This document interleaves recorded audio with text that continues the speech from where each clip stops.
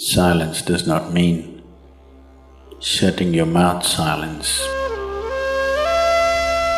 What is being referred to as silence or nishabd?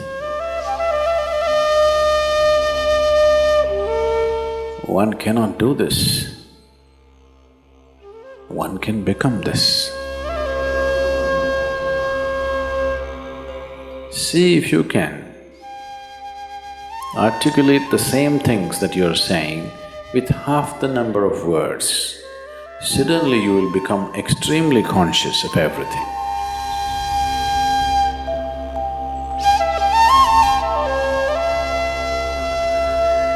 The wind makes its own sound, so does the water.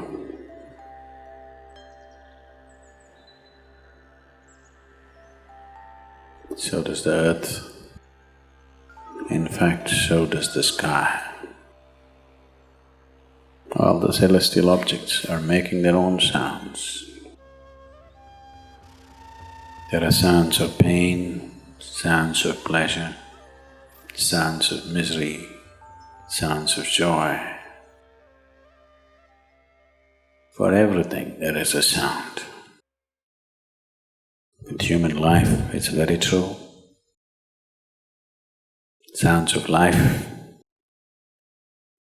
and there are sounds of death, and there are even sounds of silence.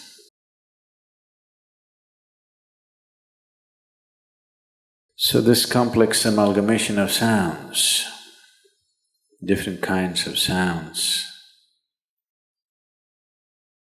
creates different intent, different levels of compulsiveness, different levels of bondage, and different possibilities of entanglement.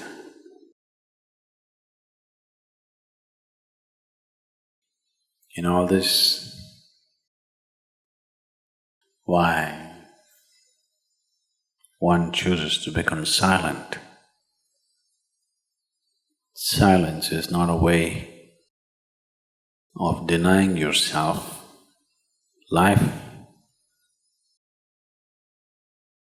It is not even about denying yourself articulation.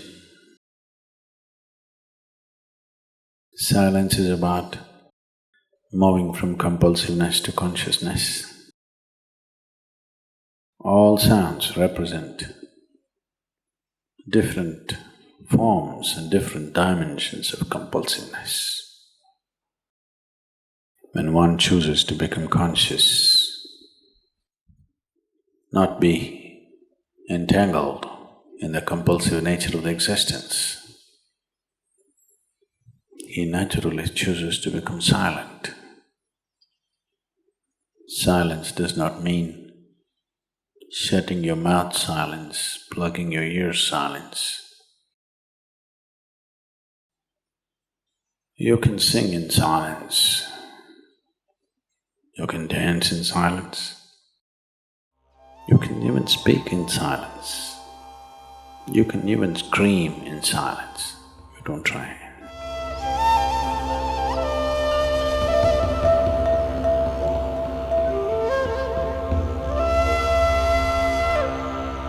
That does not mean when everybody is silent you scream, that is not screaming in silence.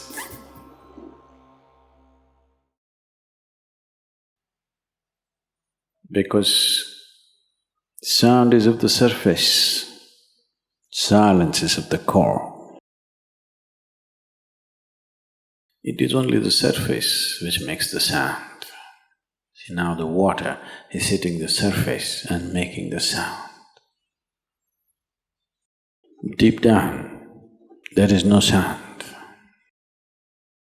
That is so with life. On the surface, it is a very complex mesh of sounds, a maze of sounds happening. But at the core, there is no sound. There is no word for no sound in English language. We call it nishabd. that means absence of sound, a total absence of sound. Absence of sound means absence of reverberation. Absence of reverberation means absence of life. Absence of life means absence of creation. Absence of creation means absence of the creator too. So a space which is beyond creation and creator, a dimension which is beyond life and death, that is what is being referred to as silence or nishabd.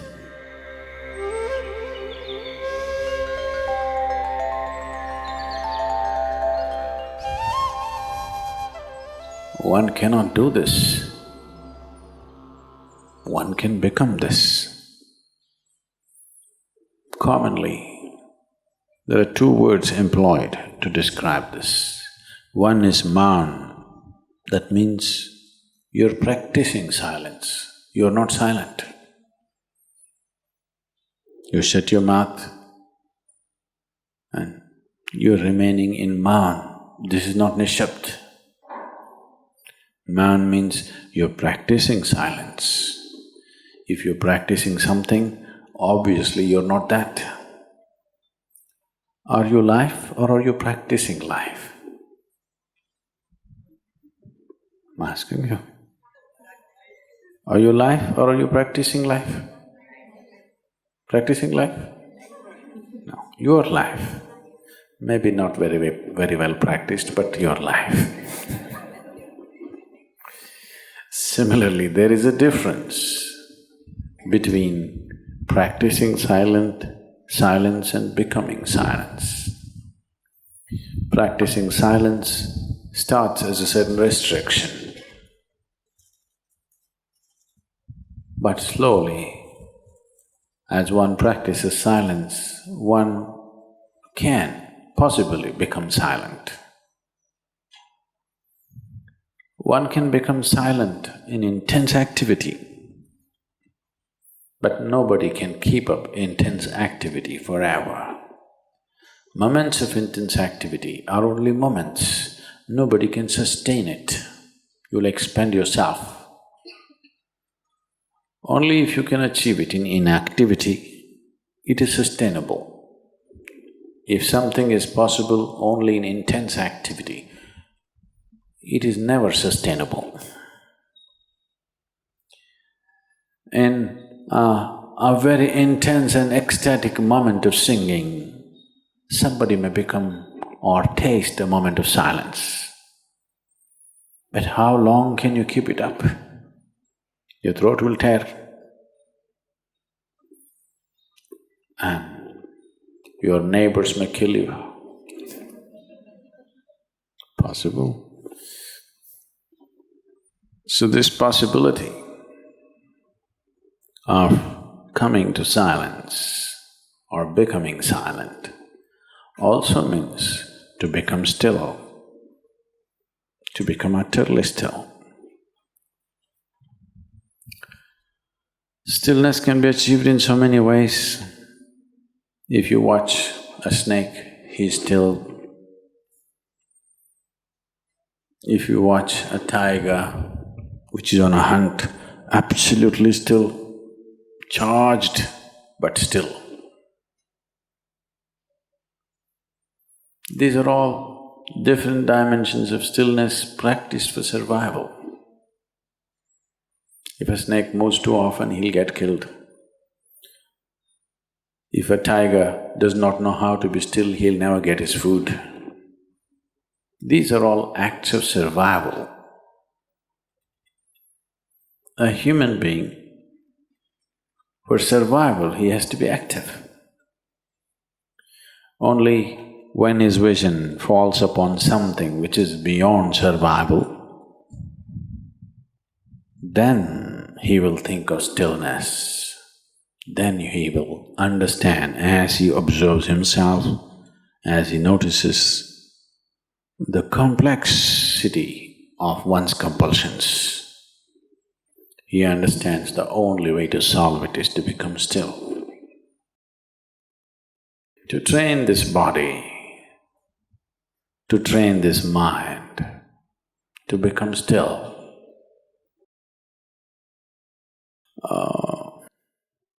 Takes some effort. If one is simply blissed out, he will become still. But otherwise one has to work bit by bit, one has to work to bring this body to absolute stillness. Most people cannot hold their body in one place for any length of time. They're all the time in moment.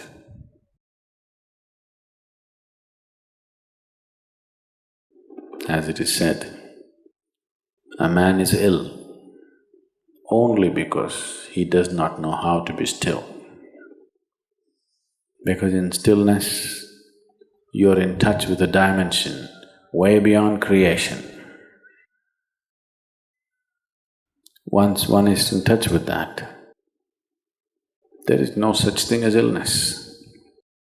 If I sit here and the body rots and falls down, still there is no illness, it's just there. Because in fact, when one becomes utterly still, he may not be able to hold on to the body unless he learns the tricks, the mechanism of the body. So why should I become still? Will I lose my body? Anyway, you will lose your body. When the time to lose your body comes, if you want to lose it gracefully, then you must know at least a little bit of stillness. If you want to put your body down like you can put this piece of cloth down, with the same ease, with the same gracefulness, then you need to have some stillness in you. Otherwise, you and your body, you have to be torn apart, which is an ugly thing to do. When you're being torn away from your body, it is an ugly and painful thing to do, unless you can keep it down. There's no grace in life. So if one has to attain to that grace, at least a certain amount of stillness has to enter your life. For this to happen, a certain level of silence has to enter your life. If right now if it is not coming, at least practicing a little bit of Maun. In an hour, if you're speaking 1573 words right now, how many more? How many words do you spit out in a minute? 1573, you're actually doing that many? I thought that's impossible. Okay, I believe you. So whatever number you're doing, see if you can articulate the same things that you're saying with half the number of words. Suddenly you will become extremely conscious of everything. Right now, our oral diarrhea is happening. If you're doing 1573, it's diarrhea, okay. Now, if you have to hold back half the words and still say the same things, now you have to be very conscious, otherwise you cannot say it. Just try this and see. Tomorrow, one day. In an hour, normally what number of words you utter, make it half. Don't curtail your activity, still say the same things. But with half the words, how wonderful the whole world will feel, you know.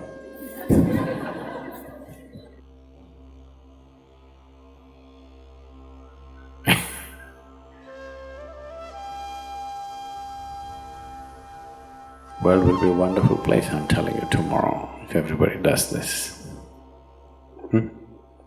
Many marriages will be saved.